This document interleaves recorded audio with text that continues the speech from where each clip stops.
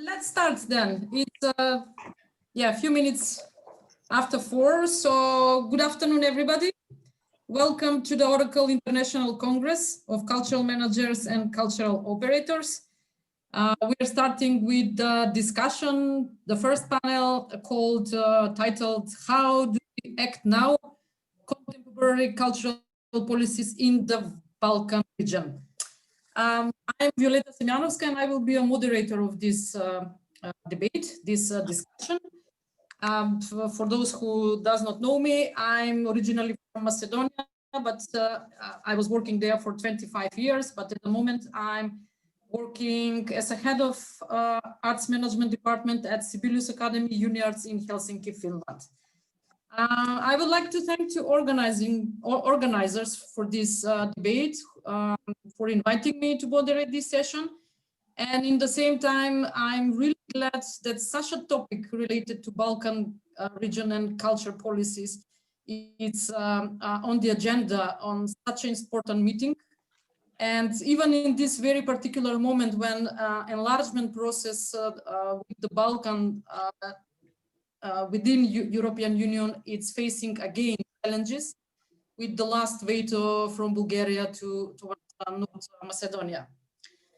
Nevertheless, discussing about culture policy and defining its framework, it's always a difficult task.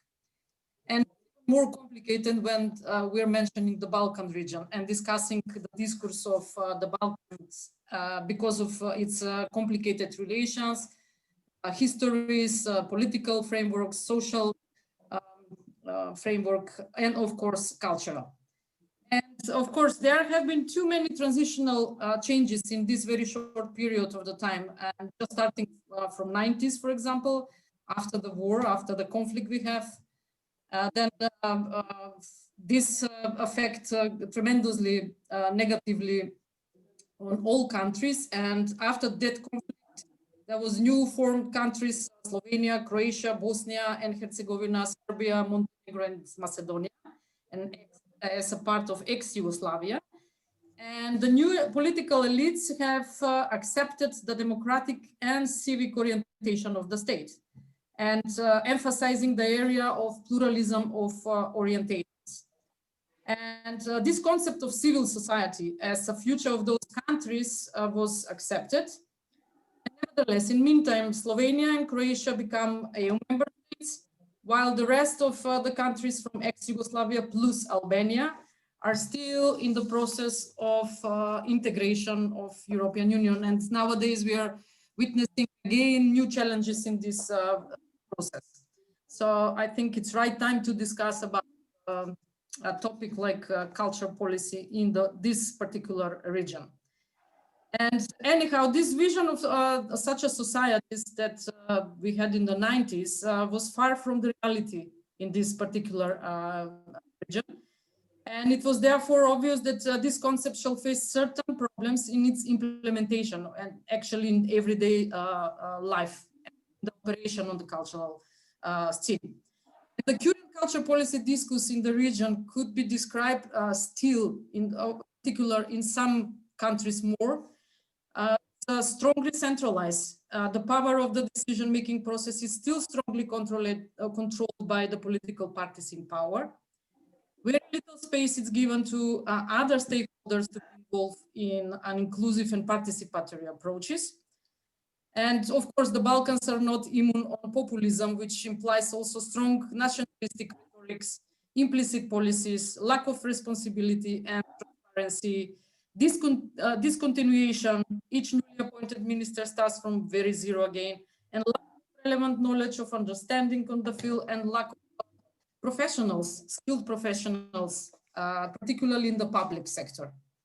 And I'm very glad the focus of today's debate, it's focused on how the culture policies are created in the countries of the Balkan regions today. Do they include appropriate and stable mechanisms for support and stabilization of the civil society working in the field of culture? And what are the actual models of decision-making? How to include the civil society as a true partner in the process of creation and implementation of the public policies and make its voice matter? what has been done to support cultural workers in circumstances with COVID-19.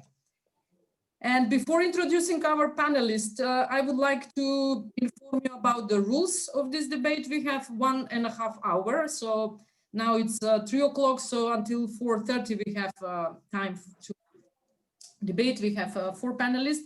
Each panelist will have 10 minutes presentation, and I will be very sharp. I will interrupt each of the panelists 1 minute before 10 minutes.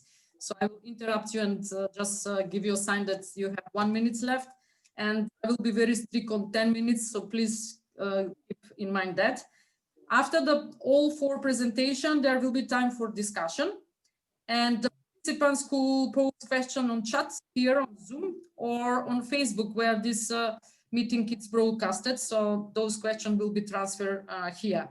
And who wants to speak need to write first, and then our technical support, Nenad, will make sure that you will get access here, and you can also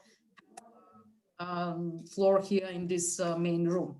So now I will start to introduce one by one, and I'm very glad to introduce our first panelist, Mr. Robert Alagjozovski. He's coming from North Macedonia, and I know him for quite a long time. He was a very important figure in the NGO sector more than 20 years. He was active in many important organizations in Macedonia in that time. But the last 3 years, he's politically active. So he's part of the government nowadays in North Macedonia. He was also Minister of Culture in 2016 and 2017. And at the moment, it's a national coordinator for culture. So, Robert, before starting, I have a short question. You have now both experience as a member and person who was active in the NGO sector for more than 25 years, and 3 years you are really actively now in the system, in the public sector. Why those changes and reforms are going so slow again? Can you just maybe briefly start with that explanation? And, you have 10 minutes now, so your time is starting now. So please welcome. Thank you, Violeta. You presented me in a nice and brief manner, so I don't need to present myself more. And yes, your question already contains a thesis.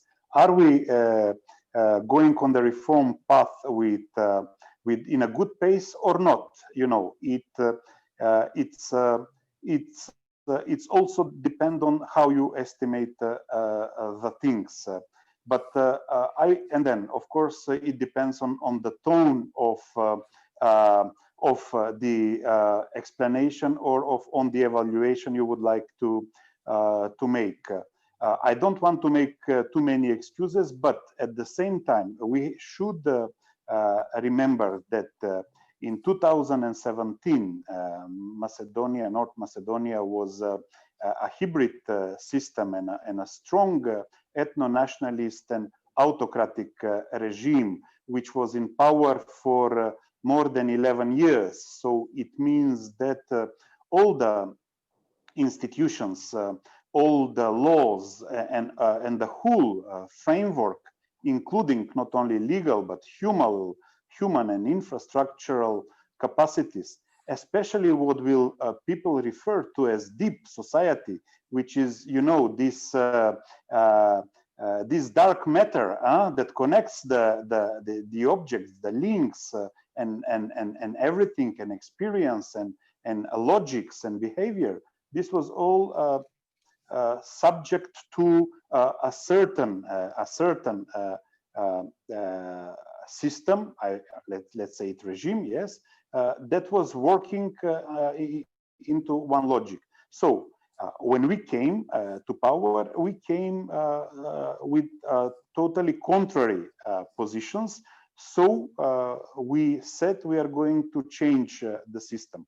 But if you change a few people on the top positions, it does not mean that you will be fast in reforms when it goes to the to all the structures, to all the hierarchies, to all the different departments, to the cooperation of different institutions, in order to have some processes, some projects, and some things done. Of course, there is always a big question of have we performed well and with what reform. But once again, I would like to say that the fact that we took power does not mean that we were, how to say, authorized or allowed, or we were bound by different laws, procedures, obligations that we inherited that were somehow challenging our way to do reforms. So let's say in the field of culture, we create a new strategy for culture for 5 years. However, criticize actually this strategy is very well designed. It's overwhelming. Somebody say it has too many priorities and goes in too many areas, but it is not, I wouldn't accept that criticism. I would say it's comprehensive and it addresses many fields that were never addressed before. So based on this, this strategy, we already started the implementation. But then, you know, the power is also personal. So if you have one minister and the minister have its main team, then if you change that minister, the team change again. If the seat is going to another political party, these are all challenges and obstacles. So having said that, I would say we, in a way, slow down the implementation or the reform, but much of the reform processes already went. Of course, we faced many issues that we addressed. So what we work on is improving the cultural infrastructure. So the building where the institutions are working is slowly improving. So we start, you know, with the roofs, we start with the sanitary, we start with the necessary equipment, with employments and things like that. And also we made the so-called collective agreement for the rights of the employees in the state sector. And this was a great achievement. The biggest achievement in the legal sphere was the preparation of the new law on culture, which was to give the legal basis for all the reforms which we envisage in the strategy.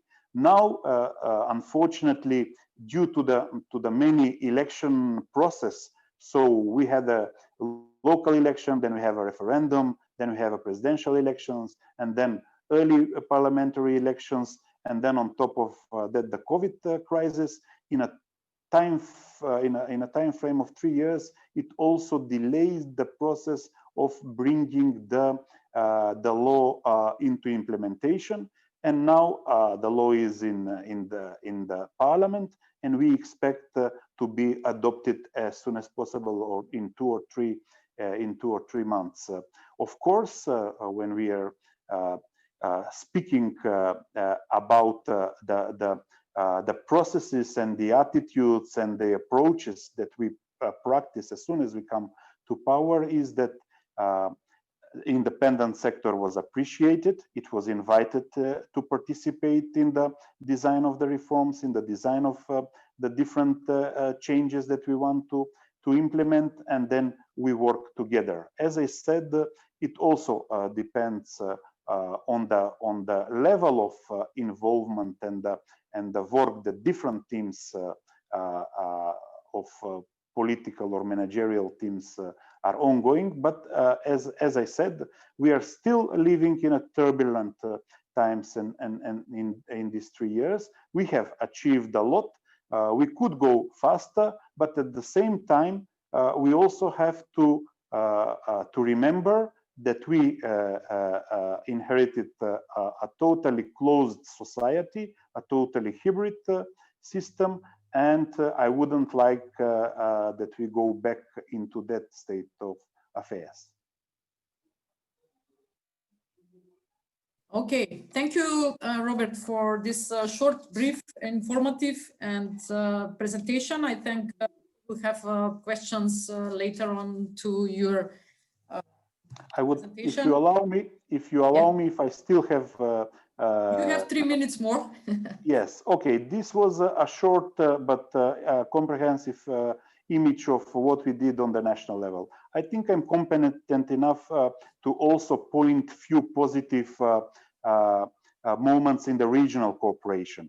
So, of course, we always said that the independent cultural scene, the NGO sector, the activists, they are very well connected and they have used the funds in all these years and decades to cooperate, but that the institutions and the national system and the system of ministries, they didn't develop enough cooperation.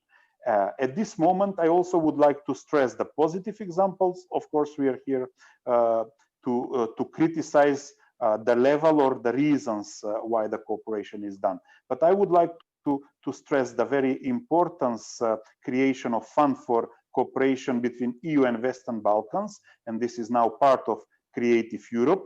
And the ministers for culture just recently had a meeting with Maria Gabriel, which is now our European counterpart.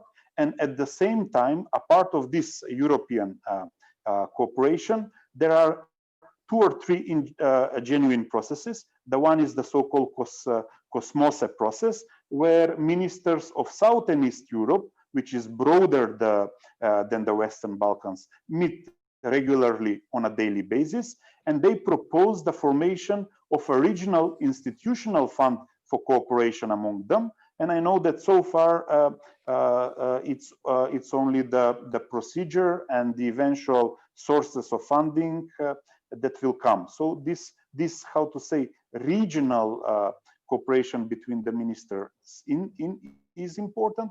And then also the so-called 17+1 cooperation with China is also bring the same players from Central and Eastern Europe to cooperate among themselves. Of course, this cooperation is mainly going on with the China strategic interest in the world and in Europe, but they also give opportunity for cooperation.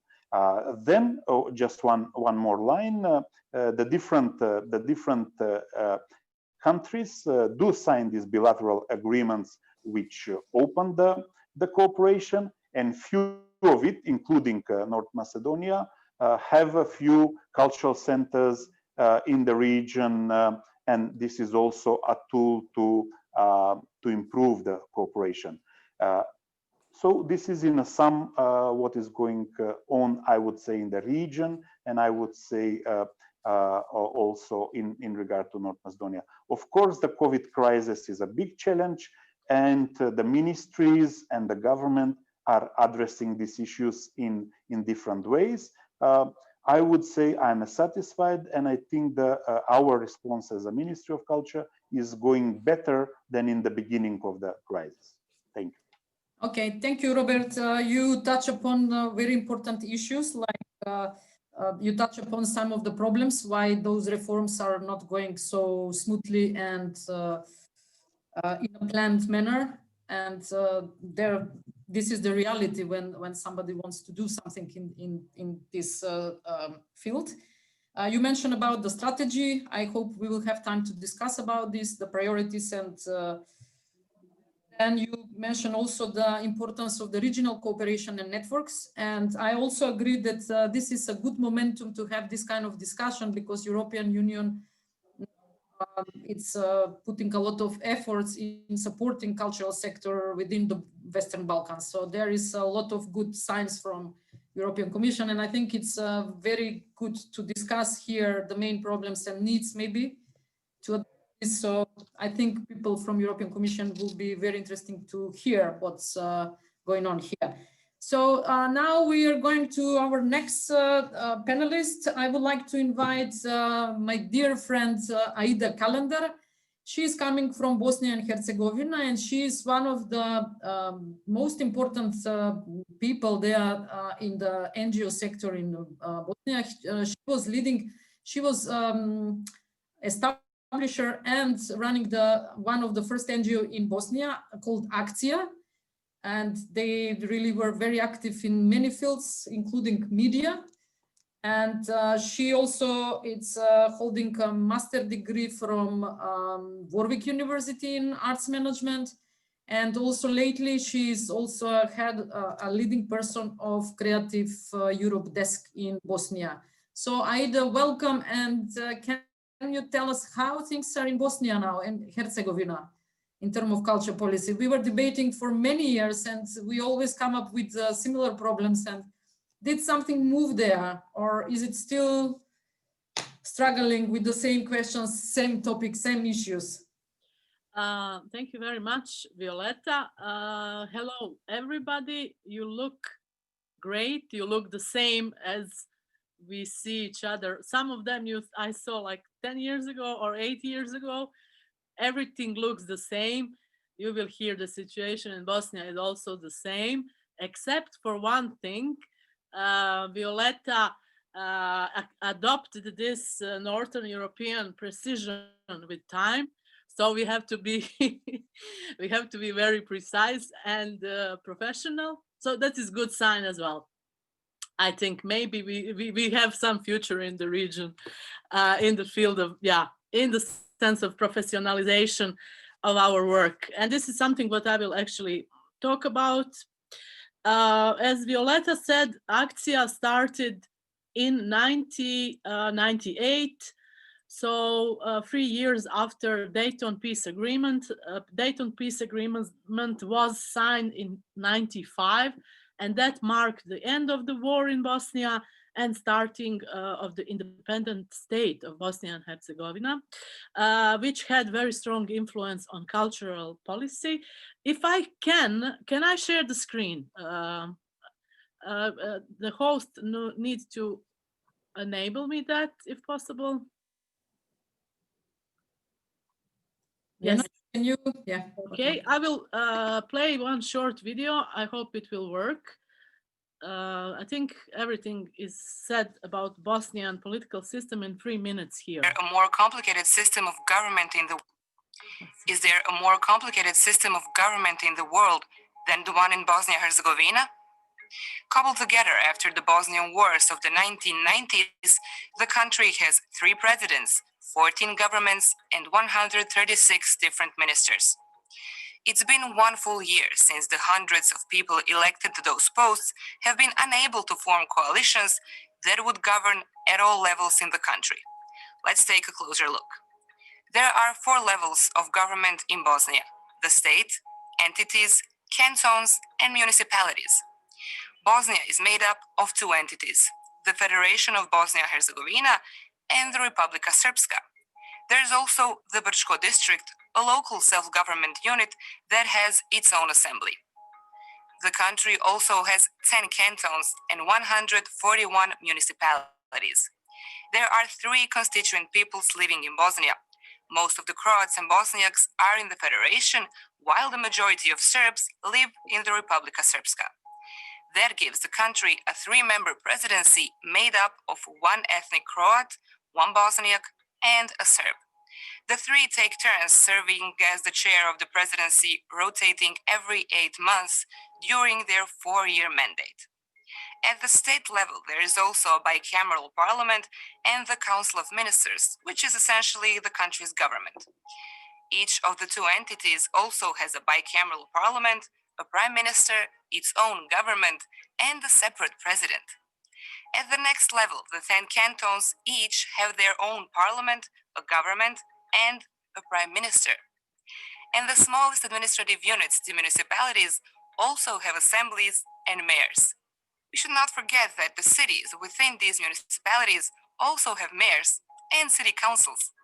And if you think your country has a broad political spectrum, there are 148 political parties registered in Bosnia-Herzegovina. Paying for this humongous labyrinthian governmental system that critics say is dysfunctional is not easy. And Bosnia-Herzegovina, where unemployment is quite high and the average worker's salary is about $520 per month, really needs a government working for its people. But positive change does not seem to be on the horizon. Any amendment to the country's constitution that could simplify this unwieldy government needs to be passed by a 2/3 majority. In a politically and ethnically divided country like Bosnia and Herzegovina, getting that many people to agree to something is very unlikely. So yeah, after this very funny presentation of our administrative mess, you can only imagine how difficult it is to speak about cultural policy, because this video didn't mention that among all those ministries and administrative levels. Do you really want to watch a video that looks like this? There's a good reason why. We don't have Ministry of Culture on a state level, actually.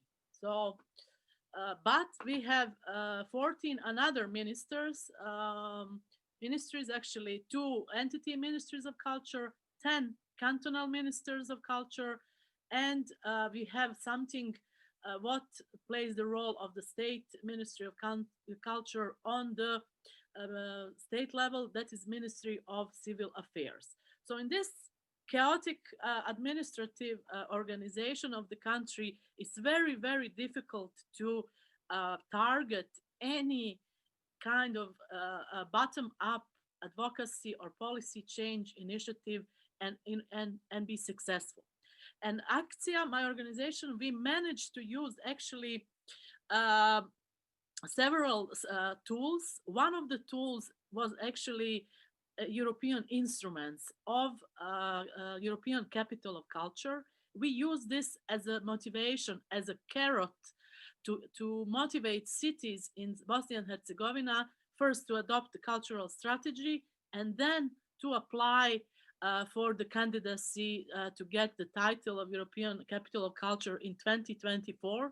And 3 cities in the country, 4 actually, accepted this. And they, for the first time in the history of this country, they created their own city cultural strategies and applied for this call. Unfortunately, I think very realistically, a commission or committee which was selecting the cities for this title decided not to give any of 2 Bosnian cities which were shortlisted this title, because the committee realized that in this chaotic administrative mess in the country, it would be very, very difficult to get support for such a complex project. And I think they've been really right, unfortunately, for our cities, which really hardly worked, and also cultural sector, who really, for the first time after the war, joined the forces and collectively created their vision for culture.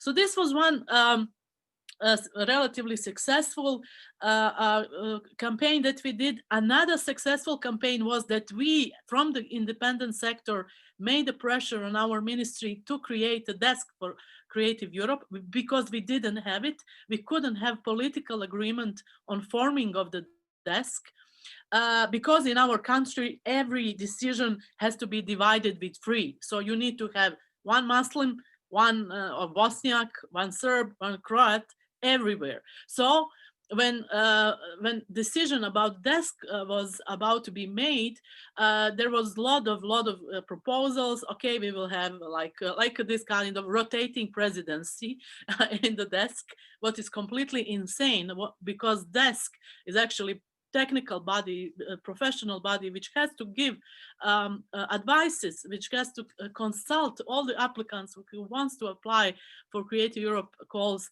with very, very technical things. But in the end, with the help of Matea and a Slovenian desk, we actually created a policy proposal and put it on the table in front of our ministry, and they luckily accepted it.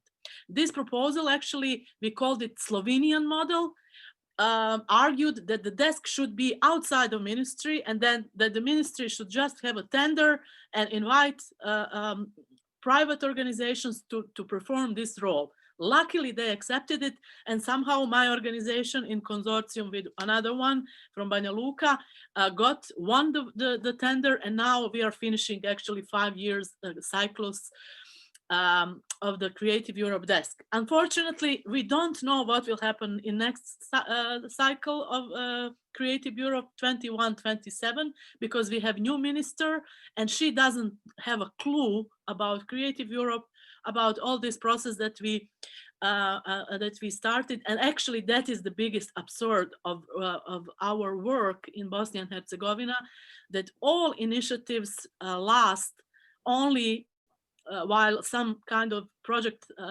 funding exists.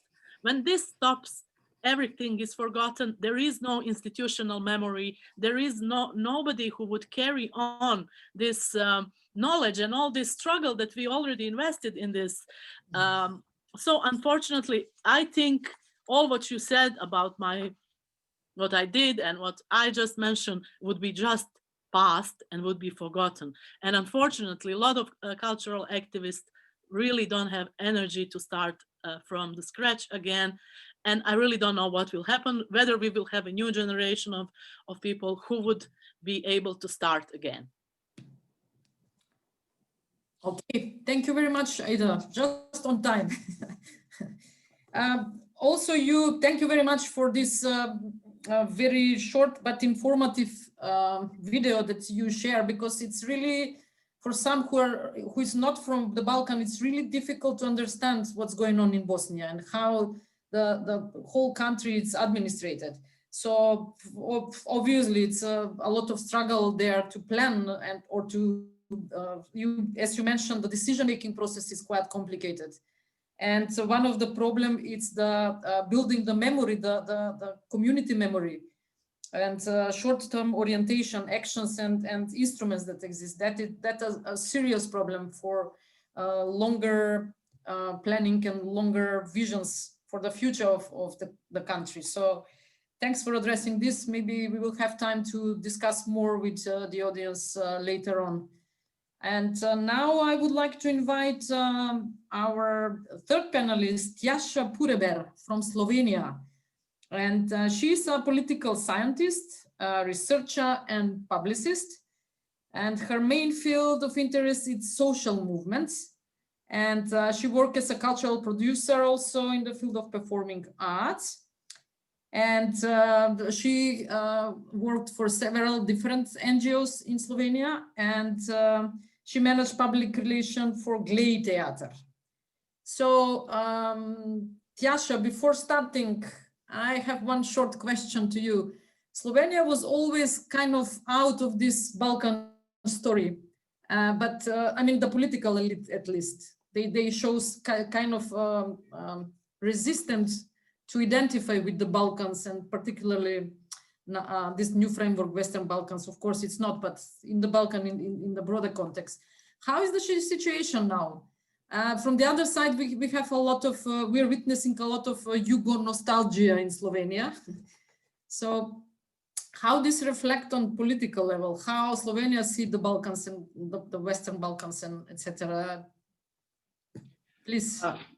First of all, thank you so much for inviting me to be part of this meeting.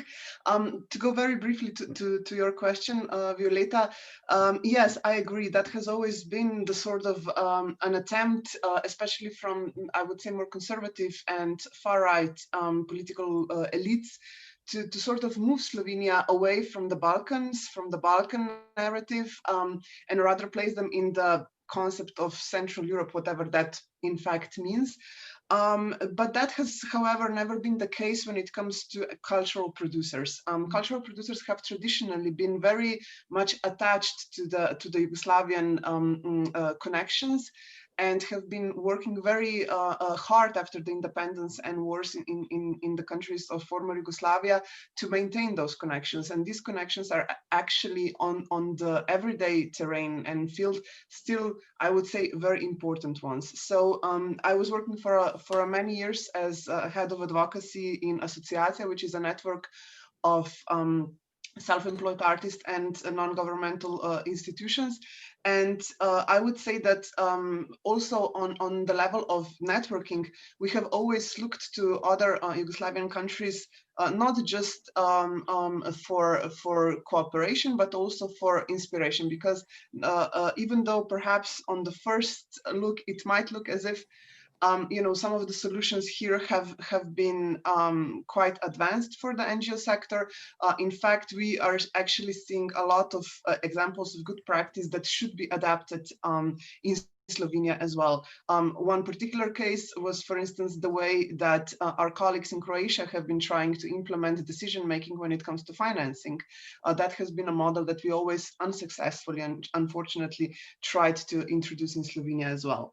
But to try to sort of enter my presentation more concretely, I think that the birth of the strong, relatively strong, at least in terms of production, NGO sector in Slovenia is of course connected with very vivid 80s that in many aspects formed what the current of the independence of the state in the end was.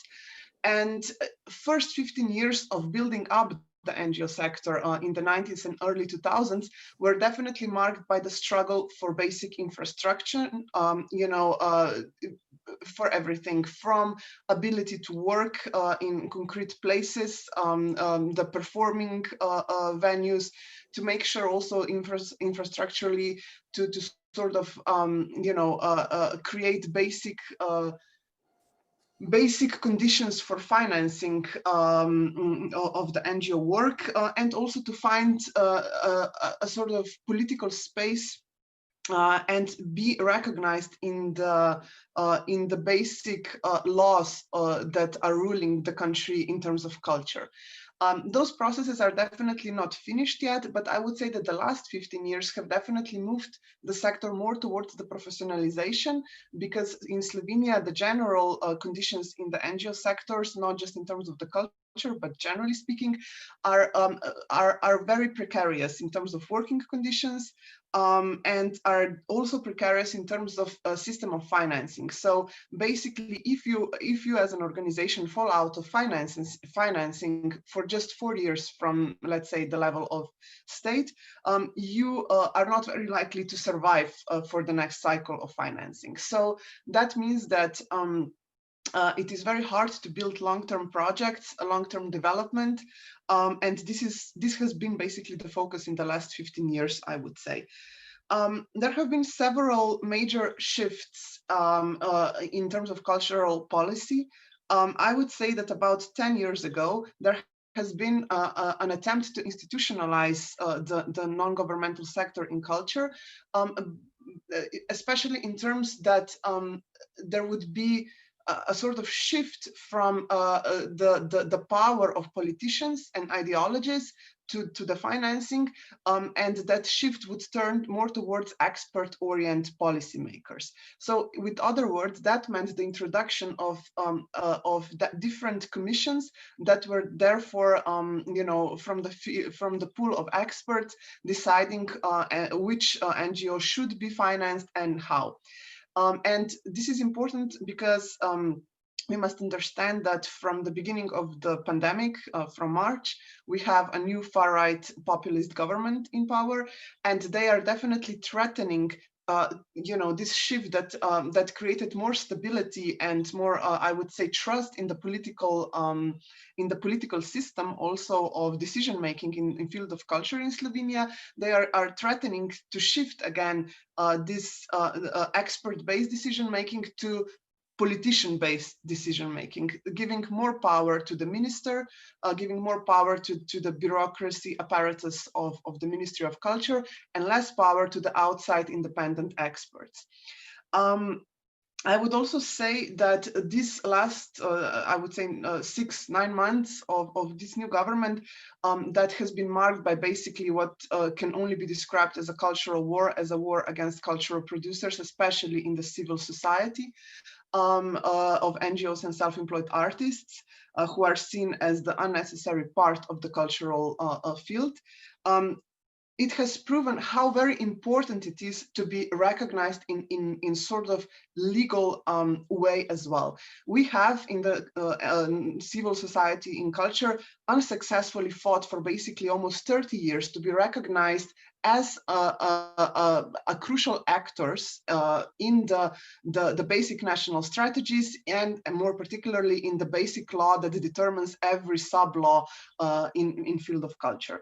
And because we have failed to do that, every kind of financing or every kind of political decision making has been basically subjected to the goodwill of the decision makers, which are on power. And that, of course, creates another level of precarity, of instability, and as we have seen now, gives a lot of power to people who perhaps do not believe that art should be critical, that art should be avant-garde, that art should be addressing different problems within society. Another thing that I think it's important to talk about in this vulnerability context is also that because we are not recognized as an actual actors, political actors in the laws, it also means that all the financing is actually much more fragile. It can very easily happen that you know, if the ministry or the minister decides that they do not wish to continue financing, it can happen because we are not written in any kind of law. Of course, laws can be changed, as we are seeing daily in the last 9 months, but nevertheless, it gives you another level of security. So I believe this is also an important thing to sort of remember. I would also like, I know that I don't have, maybe I can go into some of these things later, but just briefly, we have seen that when we entered the COVID-19 era, that all the problems that has been happening before in the sector are now just enhanced. And if we have been witnessing during the what I like to call the rule of the extreme center, decades of neglect, of not really caring for what happens to the NGO sector, more or less with all governments, now we are basically probably entering years of very concrete destruction. And this is very worrisome because there are some things, especially in terms of the dialogue, in terms of professionalizing the sector and contributing to some of the most prosperous and recognizable art Slovenia has to offer also internationally. All of this is right now in big danger. And I think this is a challenge ahead, all of us, you know, to make sure that this destruction actually doesn't happen. Okay, thank you very much for your short and brief but very informative presentation. You really touch upon very important issues like I liked the way you expressed that Slovenian independence scenes it's very willing to cooperate with the rest of the Balkan countries, but also they're inspired by the rest of the Balkans. So I really like this thesis that you put here. But also you were talking about one thing that many of other countries are struggling or negotiating, advocating the financial instruments, the long-term planning to and even longer planning, which Slovenia could serve as a good example, for example. But also you mentioned the shifts, the points, and of course, I think all of us, we were surprised by this right-wing party that's, yeah, it's leading your country now. And of course, this brings many different different discourse. And obviously in Slovenia now there is power relation shiftings from experts to political power in favor. So yeah, it will be a very challenging years, I think, ahead of Slovenia.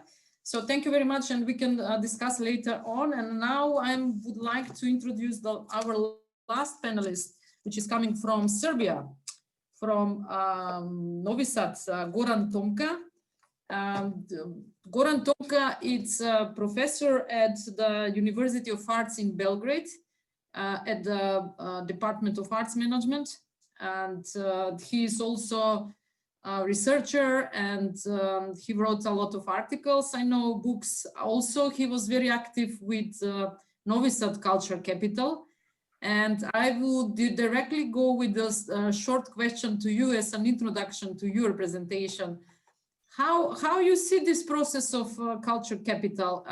Aida mentioned that in Bosnia they use this as a kind of instruments to start of strategic planning and strategic thinking. How was in Novi Sad? Is this instrument support this kind of strategic thinking process? How far you are with this, and how this reflect the culture policy situation in Serbia? Also, you're struggling with the quite interesting political elites at the moment. So please. Definitely. Thank you, Violeta, and thank you to other panelists. It's lovely to see you all and to have the chance to discuss these very important issues. I would say that European Capital of Culture in Novi Sad is one of the rare cases in which we see also some very positive developments. So this has brought a certain public focus on culture and culture policy. It has opened, of course, dramatically increased the cultural spending, the public cultural spending, but also really introduced to cultural policy new models, new mechanisms, new priorities. So what we saw, and it really runs against the grain of most of culture policy in Serbia elsewhere, is, for example, decentralization. We have 5 or 6 new public cultural venues opening beyond the city center. That is simply not what is usually happening. We see some new models like Forum for Culture, something that was inspired by part of Bosnian struggle for new culture policies, which was running quite well in the city of Novi Sad. Then structural support for CSOs in field of culture, which is also never happening. So there are some things that were, I would say, some kind of opening up, broadening up of what culture policy can do. It's not definitely all well.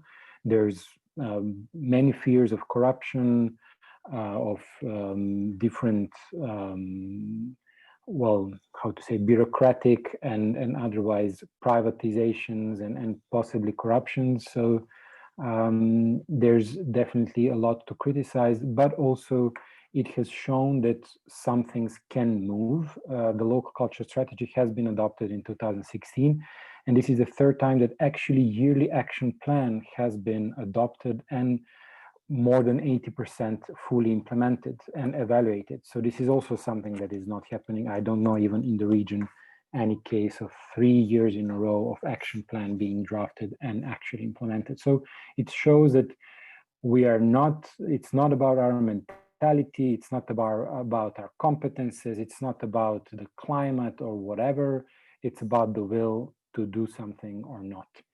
And then to go back to the wider presentation, I would list main trends and then briefly in 1 minute say what I think could be a certain avenues or pathways that could solve this or work on that. So first, as many of you mentioned, and I will skip the things that are really very much alike, and we are all from the same region, so a lot of things are similar. So renationalization and populism, really staggering, really killing everything in front of itself. This grip of homogeneous national, religious, ethnic identity of unity is really something that speaks much more to some old times that we don't want to go to. So that is definitely happening big time. Don't want to spend more time on that. But then I would also try to understand cultural policies in a bit wider sense. So what happens to culture in terms of shared values and shared cultural practices. And here we have to say the privatization and erasure of public spaces in all possible sense of the world. So especially if you step out of the center of Novi Sad and Belgrade, you see domovi kulture, Kulturhause, or how you want to call them, Maison de Culture, being wiped out and replaced by betting clubs. So some kind of shared convivial sensible spaces replaced by very homogeneous, very masculine, macho, even violent spaces. When it comes to cultural infrastructure, much of it is again privatized. I'm speaking particularly about smaller cities and rural areas. Then culture of exclusion, what I would call, is something that is really rampant. We see a whole new discourse of, for example, ministers and cultural officials really battling in an uncivilized way with others. So this kind of how to say, competition and selfishness is really somehow pervasive in our everyday culture. If you look at media, if you look at it, also the work of Ministry of Culture. Here I also have to note that what is happening in some European cultures, countries, and that is the spreading up a bit of the definition of culture. So is culture only arts and professional culture, or is it also way of life? This is not definitely happening. We see, and this is another trend, institutions. It's all about institutions. Our ministry is very untrustworthy towards civil societies, but even more towards really like small informal groups, any kind of bottom-up organizing, different forms of cultural expression, individual artists and so on. And this is very troubling. So it feels, if you look at the culture policy in narrow terms, it feels like there's only institutions. To add on this, let's say, institutional bureaucratic violence that we see all the time is really a big problem of the erosion of competence and trust. So competence, without it, no kind of system can be managed. And we see here deliberate placement of directors and managers of institutions as by people who are simply not competent for that. Many documents, policy measures, and so on, which are completely out of mind, completely with incompetence and lack of really knowledge and trust. And this is really, I think, stopping a lot of things from happening. And then finally, in the bad trends, I would say the creative Serbia, the inclusion of creative industries in the main frame of culture policies is something that is really doing what everyone has been afraid of. And this is really just a PR stunt, no real investments, no real devotion to cultural and all creative industries. Is just a big PR stunt. So we can expect even more erosion of trust of citizens towards any kind of culture policy. Now, when it comes to some a bit more, let's say, positive developments, we see that audience development has become somewhat of a trend. More and more institutions experimenting with audience relationships, with PR campaigns and strategies, new audiences like a museum for babies and libraries for kids, festivals for people with disabilities. So this is definitely entering even in institutions. International cooperation, international recognition, as Robert mentioned, so I won't repeat, but I would add also membership of Serbian representatives in international networks, which I find very important, although very slow and very little still. Then what we saw in a recent research with independent artists, for example, something that we call Re-Territorialization. So it seems that there is certain kind of, how to say, that this universalized discourse of arts and artistic careers is slowly melting away, and a lot of people are seeing certain kind of local initiatives, local incentives, local, thank you, local ideas. So that is good. And probably despite all of this, there are some kind of cases of new solidarities and new struggles. Fond of solidarity between CSOs and representative artist associations is something that is happening.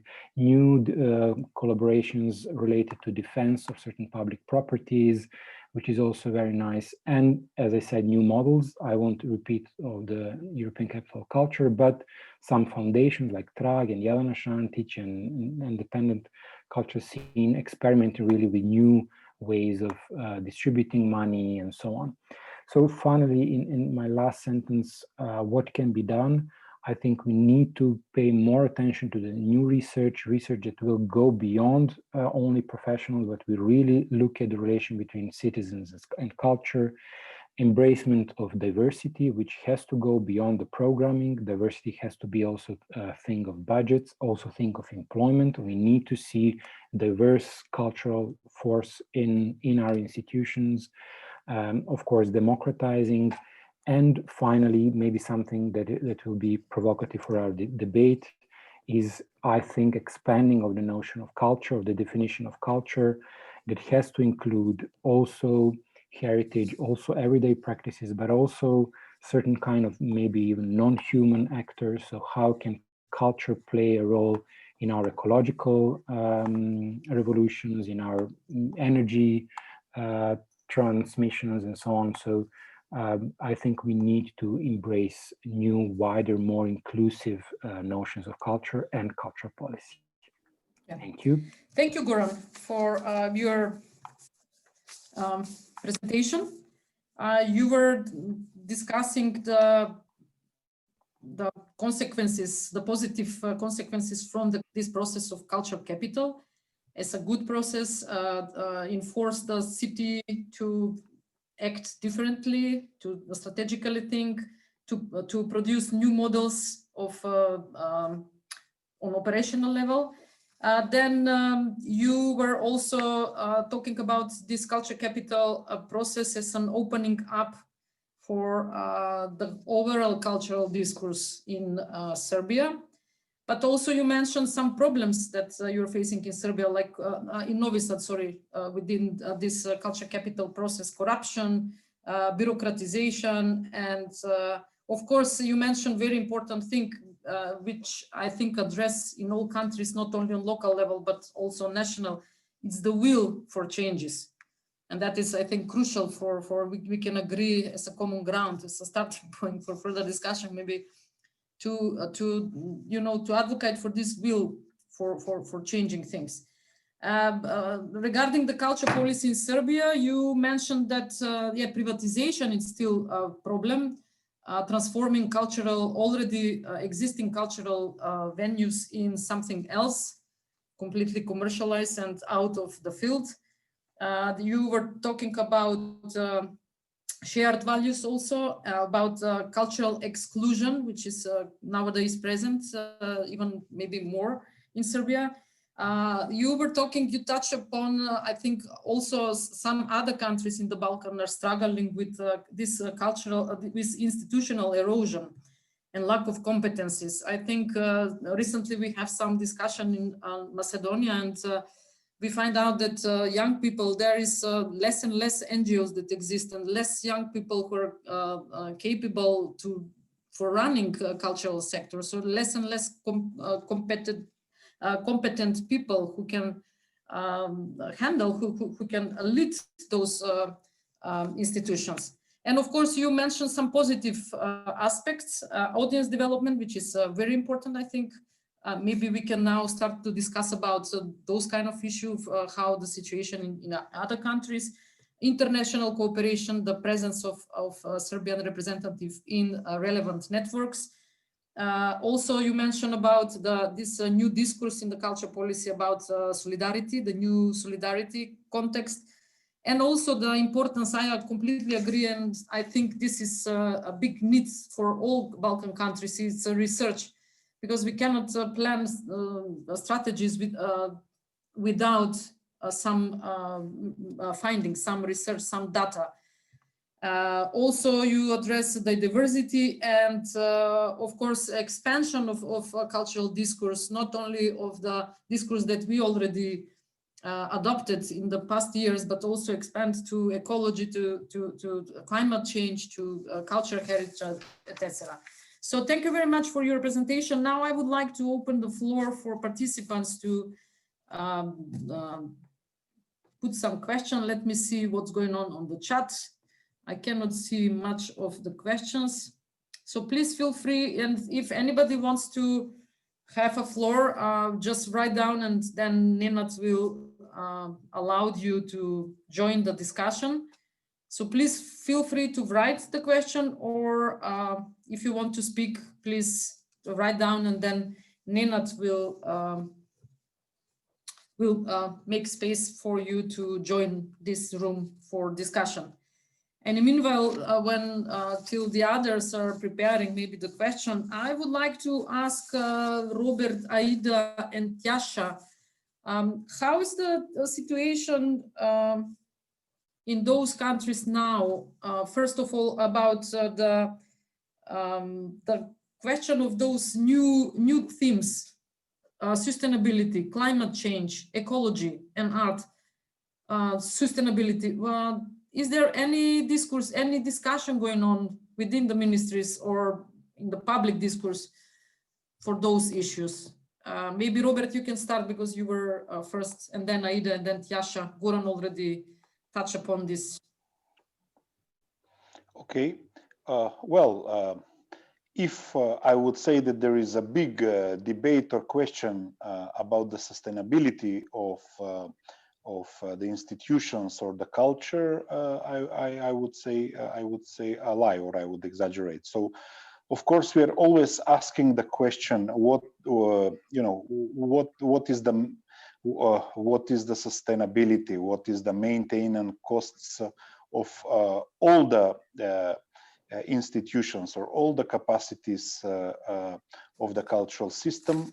But then it is not a big issue, because of course there are developmental goals. Of course, different communities or different actors, they want to have, let's say, a new cultural institutions, so that regardless to the fact that that the original line of policy to emergence of new or maintaining the existing cultural system and institution would be rigorous, then the politics is also a power play, and also there are different, I would say there are different policies that need to be implemented. So you might be against having a new theater, but then a new theater for the Roma people, or a new theater of Albanians, or maybe some new institution connected with the minorities, sometimes make you to make an exclusion. So it is that the actual system is very much ongoing in a ways that it used to go, and it is like that. While on the other side, yes, the biggest problem of our country, and I think the other countries in the region, is the pollution. So our towns are polluted. It's due to many factors. If you ask me about the cultural and artistic activism associated with pollution, it's ongoing, and it is a question. So I have to again stand up with the policies that the government and the city of Skopje has taken, and we have now less pollution, let's say, that it was 3 years ago. But at the same time, the habits and what is there, it cannot be eradicated so easily. We have a very critical, how to say, public and voters and citizens, and very often even those measures which are about to be more prohibiting, let's say, to polluting technologies or to cars, these old diesel cars and everything. When you come to the ordinary citizen, people live in poverty, and they wouldn't easily, how to say, give their habits, however, damaging the overall environment. On the other side, I don't think that, as I can see, we are not that much into elaborate debate on other issues. So climate change, even digitalization. If it was not for this pandemics, the cultural institution, the cultural sector was so, how to say, so less interest in this in this subject. Now, again, I will say that it's much better now than it was 9 months ago, but still it's not enough. Audience development, you know, we ask the institutions, so question connected with audience development is part of the priorities, or you know, or what we ask, but then you never receive back an elaborate vision or elaborate plan or strategy, how, let's say, the institutions, how the NGOs will work on audience development. And I think this is very much important. On the level of participation, I think we do much better that we actually do on audience development. This is what we lack a lot. Culture and art is becoming a privileged club, and however very important, we are still so you know, so lagging behind the question how to democratize more the space and how to involve more people. So I totally agree with your comment reflecting the brain drain, the skill drain, and the lack of competencies of young people. But at the same time, the curricula, they also change slow, and then you don't have enough quality professors, and you know, it's ongoing. So we need more efforts, and it needs more time to really make some progresses. Yeah, okay, thanks. Aida, do you think, I mean, we saw this quite chaotic situation in Bosnia, even in the very simple decision-making process. Do you think that there is a space in the same time dealing with all of those chaotic situation and problems that, basic problems that are not solved? Do you think that there is space to discuss those current issue in the world? I mean, ecology, art, sustainability, etc. in the same time? Or you think that first we need units in Bosnia to settle up the main problems, the basic problems, and then discuss things? How you see those challenges that are in front of us? Yeah, we cannot wait that Bosnia becomes functional state and then start to participate in the global discussion issues, because all those issues are actually also related to our situation. For example, in Bosnia, recently we have very good campaign for protection of rivers, where a lot of artists took participation, or even international artists, Leonardo DiCaprio, like supported it somehow. So there are several initiatives, like individual initiatives, which are trying to combine a horrible ecological situation that we have in Bosnia as a result of illegal privatization, actually, which happened. Many factories have been sold, first put to bankrupt and then sold. And around those factories now you have wasteland, especially, for example, in Tuzla. Some activists recently discovered that there are fields and fields impregnated with poisonous gases, and nobody is doing anything about it. So you have some small initiatives of really exhausted activists which are trying to raise this issue in the public discourse, which is at the same time, I was just following this development.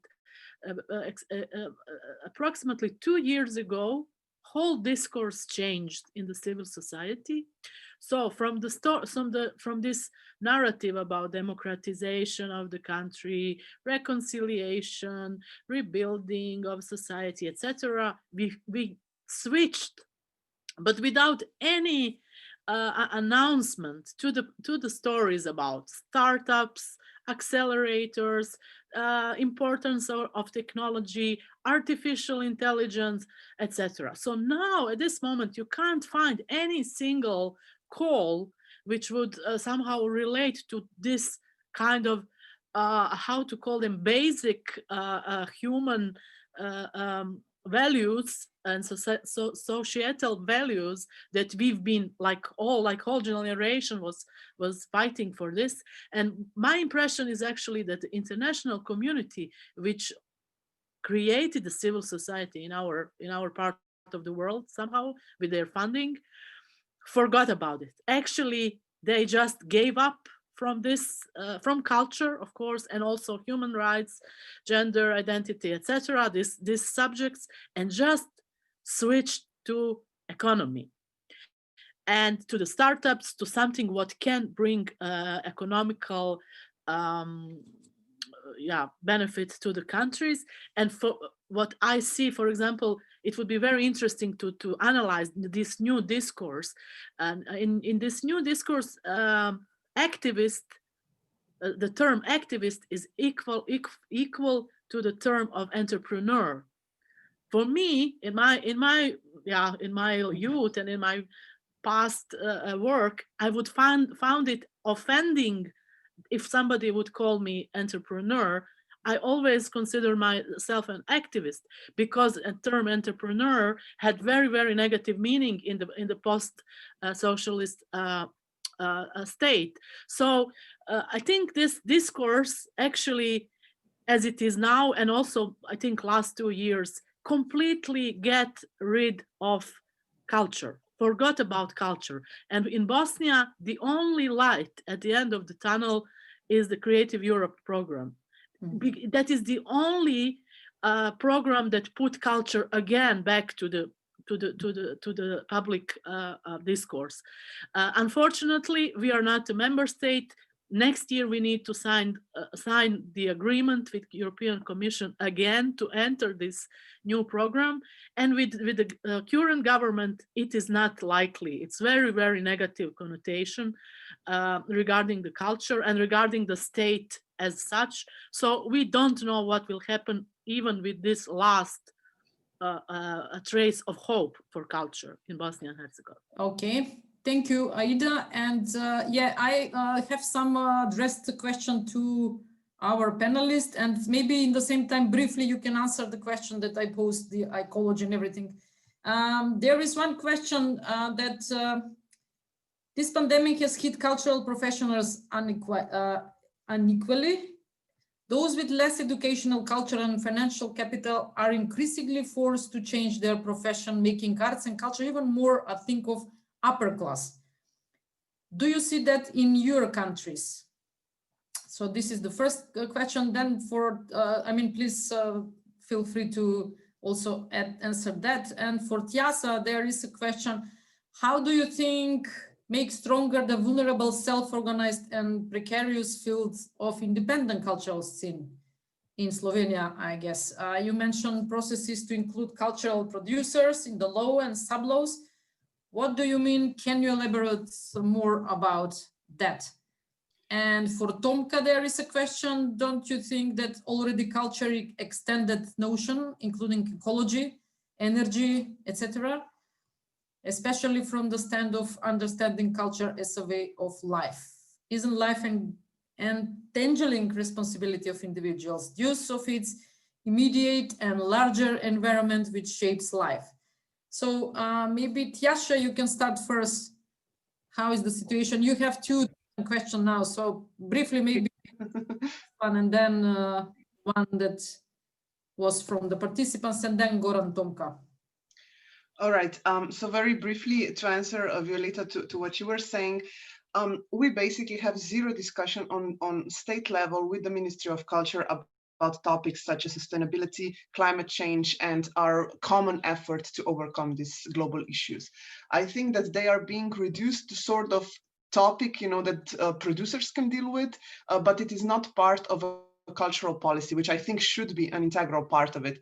I think part of the problem is also that we do not really have an established dialogue with the Ministry of Culture, and that actually runs back several years. We did had in the past special dialogue groups for NGOs and self-employed artists who were in dialogue with the ministry. That has now been cancelled. But even then, I think that the dialogue did not really touch those topics. And it's sort of, I think that the part of the problem is that we the Ministry of Culture sees the independent scene more as an adversary than as a part of a common cultural milieu. And as such, I think this really undermines the ability to actually talk about common issues going beyond very particular, let's say, funding opportunities or some very concrete infrastructural topics. And I think that is a problem, because then we cannot really start to address topics that are perhaps not directly connected to culture, but culture definitely needs to find answers because it is actively contributing to the problem. So this is a part of that. The second question about the pandemic. Yeah, in Slovenia, there has been only one measurement, really, two, in fact, that have been introduced to fight, to sort of mediate the consequences of the pandemic. And that has been the immediate financial assistance to the self-employed people, which includes some self-employed artists. So it has not been a particular, I would say, measurement with which the Ministry of Culture would actually help the cultural sector. It was sort of like a sidekick from the state as such. And AKCIJA, as the main network of NGOs and self-employed artists, has been very vocally, and also other parts of the cultural sector, calling upon the state to actually not just handle the results, the consequences of the pandemic on this macroeconomic level, but that they should be thinking about the sectors that are recognized as those that are most affected. And of course, as we know, European Commission has been identifying culture as one of the top sectors that have been affected by the pandemic and will continue to be affected by the consequences of the pandemic. But we are not seeing any kind of understanding just how very dire the consequences will be.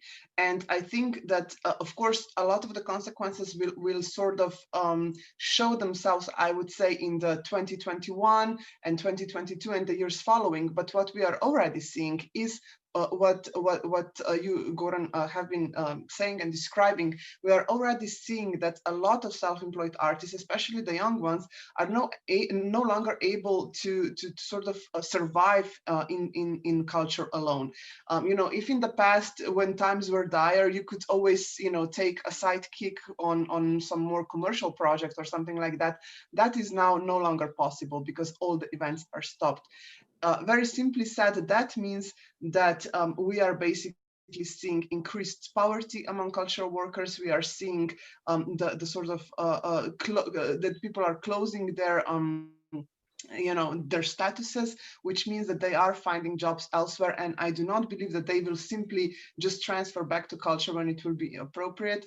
So that means that we will be seeing like a long-term effect on that, in terms that the cultural sector will not be as diverse as it was before the crisis. And now very briefly to answer about the situation about the law and so on. The thing is that in Slovenia, and I think it's the same with other countries of former Yugoslavia as well, culture consists of public sector, of non-governmental institutions, and of self-employed artists. But the problem is that only the public sector is recognized as the one that the state is recognizing in laws, and then as a consequence also in terms of financing as being obliged to be financed because they are doing something in the public interest. This is of course possible also for the NGOs. There is such institute, but because NGOs are not as an actor, namely as non-governmental sector included in the main law of culture, that actually means that, like I said before, if you are not recognized in the law, that means that you are open to the vulnerable situation of a goodwill of a leader. And that is, of course, a very pre-political notion that is not really democratic, because then it literally means that, the whole sector and all the thousands and thousands of people who work in them, and of course, much more of the public that is, part of our efforts to create art, are basically being in a situation where through the night we can be gone just like that. And this is now, like I said, a problem, and this is why I am emphasizing the importance of institutionalization of the NGO sector, also in terms of not just individual producers, you know, that are being more professionalized and so on, but also to be recognized on the state level, and then of course as a consequence on the city levels. Because if you do not have that, if you do not have the base in the law, then you have a serious problem when the political parties that do not really believe in civil society come to power. And I think this is what is happening in Slovenia right now. Thank you, Tjaša, for your explanation. I think what you explained exactly the situation in Slovenia, I think it's similar in other countries, and all of independent organization and even freelance artists are struggling to be recognized from the public bodies and be part of the salary system, maybe from the public money. So Goran, Tomka, briefly, please, as short as possible. We have another round of questions. You're mute, please unmute. Sorry, not possible briefly. This is amazing topic. Joking, thanks for this. I definitely agree. There's even a big movement in anthropology that says there's no distinction between culture and nature. This is a 18th century divide that is completely broken and so on. I definitely agree with that. But then when you see it really happening somewhere, I spent 2 months in really rural area in Colombia last year. Whenever they speak about culture, music, storytelling, they also speak about fishing and ports and schools.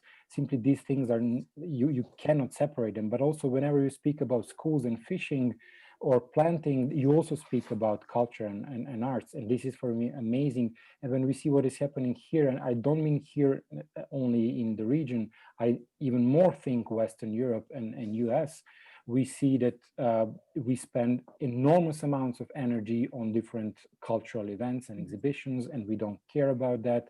We also see even some kind of resentment in the cultural field when it comes to ecology, like, oh, now pandas are important, what about humans?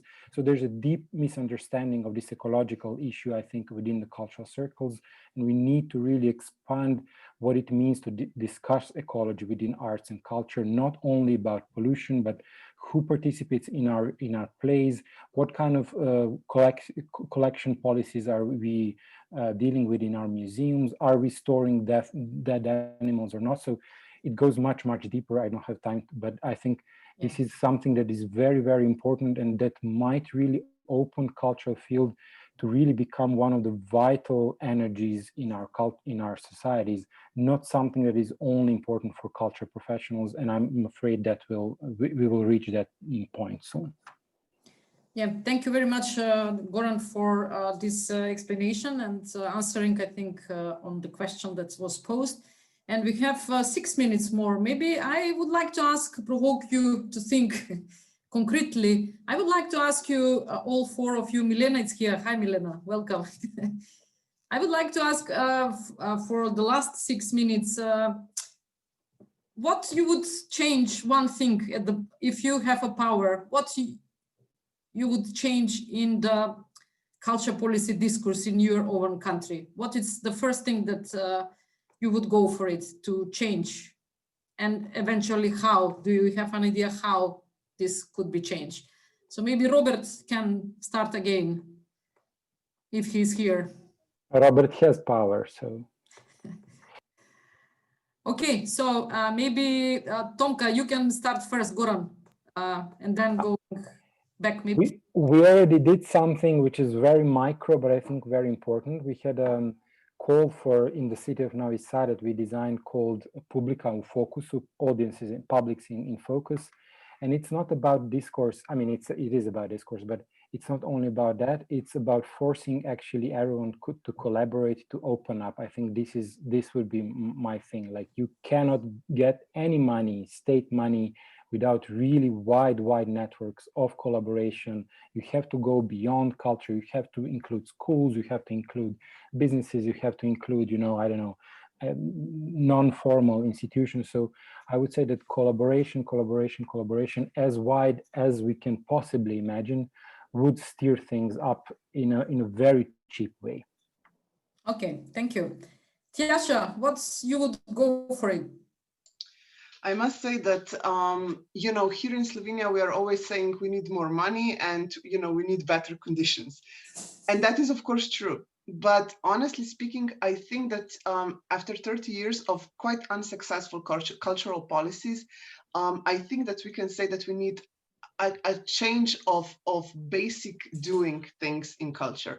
And I think that the focus to understanding the entire ecological system of culture as a community that actually requires mutual respect within it, I think if you know that more emphasis would actually go into that direction, I think all other things would actually be able to follow. Because as long as we are basically, you know, in a state of a cultural war all the time, it is impossible to even think beyond very immediate, you know, oh, we have a problem, so let's try to fix it. But then, you know, we try to you know, we have this huge hole and we are trying to fix those small ones around it. So I think that we need a basic shift in the way we are doing things. And I do believe that community building in itself you know, is the kind of principle that we need to focus on more, and that would resolve then all the problems of precarity, of you know, non-financing, non-institutionalization, and so on that we are witnessing as a problems in the cultural sector. Okay, thank you. Aida, what's you would go for?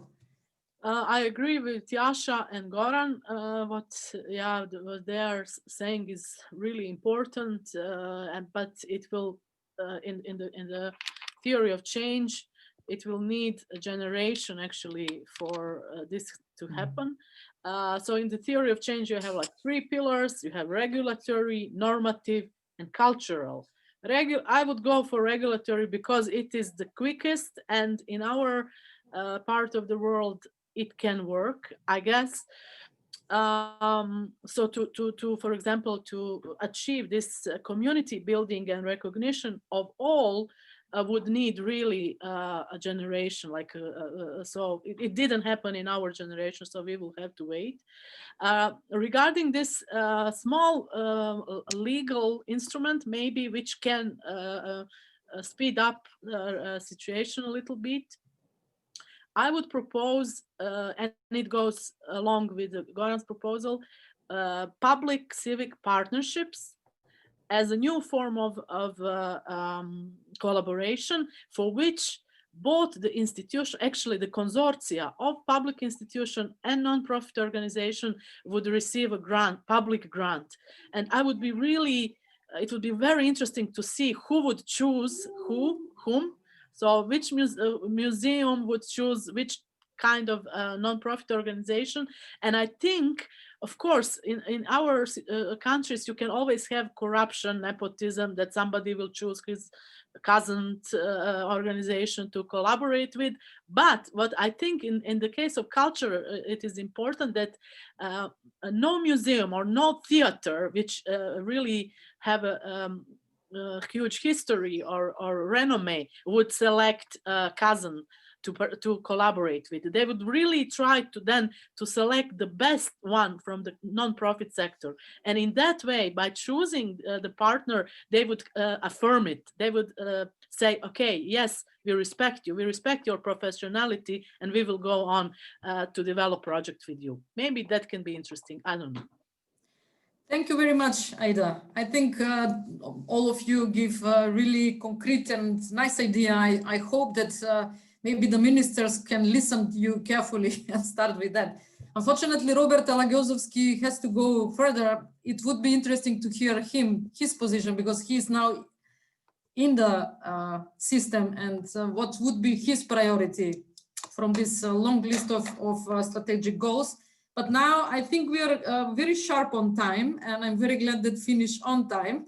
So I would like to thank to all panelists, Goran, Tomka, Aida, Kalender, and Tjaša Pureber, and of course, Robert Alagjozovski. And thank for the organizer. I hope that it was a really interesting debate and a lot of things come out from this, and maybe will shape our mental maps for the future culture policy discourse and discussions. So now I think we need to have some break because Milena Dragicevic is here. And the next session is starting exactly now, but I, from organizer, gave me advice to have maybe 5 minutes break, to have some fresh air, and then Biljana, you can maybe take over from now. So thank you very much for inviting me also to moderate. It was really a pleasure to meet my friends, and I hope that one day we will see face to face. I'm really fed up from these Zoom meetings, and hope we will have a chance to meet in a nice place in the Balkans and have a nice talk with nice food and drinks. Yes. Thank you very much from all. Just I want to stay on the link. And if you want to join us, you can join either from the other link, but mute your cameras. And we will have these 5 minutes. It was really inspiring discussion. I think, yes, we are all looking forward for the next one in live. Yes. Thank you so much, Violeta. Thank you, Goran, Tjaša, Aida, Robert, everyone. And just one thing, 5 minutes. Let's say there is one comment also in chat. Maybe you can share with participants and maybe go. It came a little bit late. Sorry, we cannot share now. I mean, maybe later. Yeah. Thank you. Thank you. Goodbye.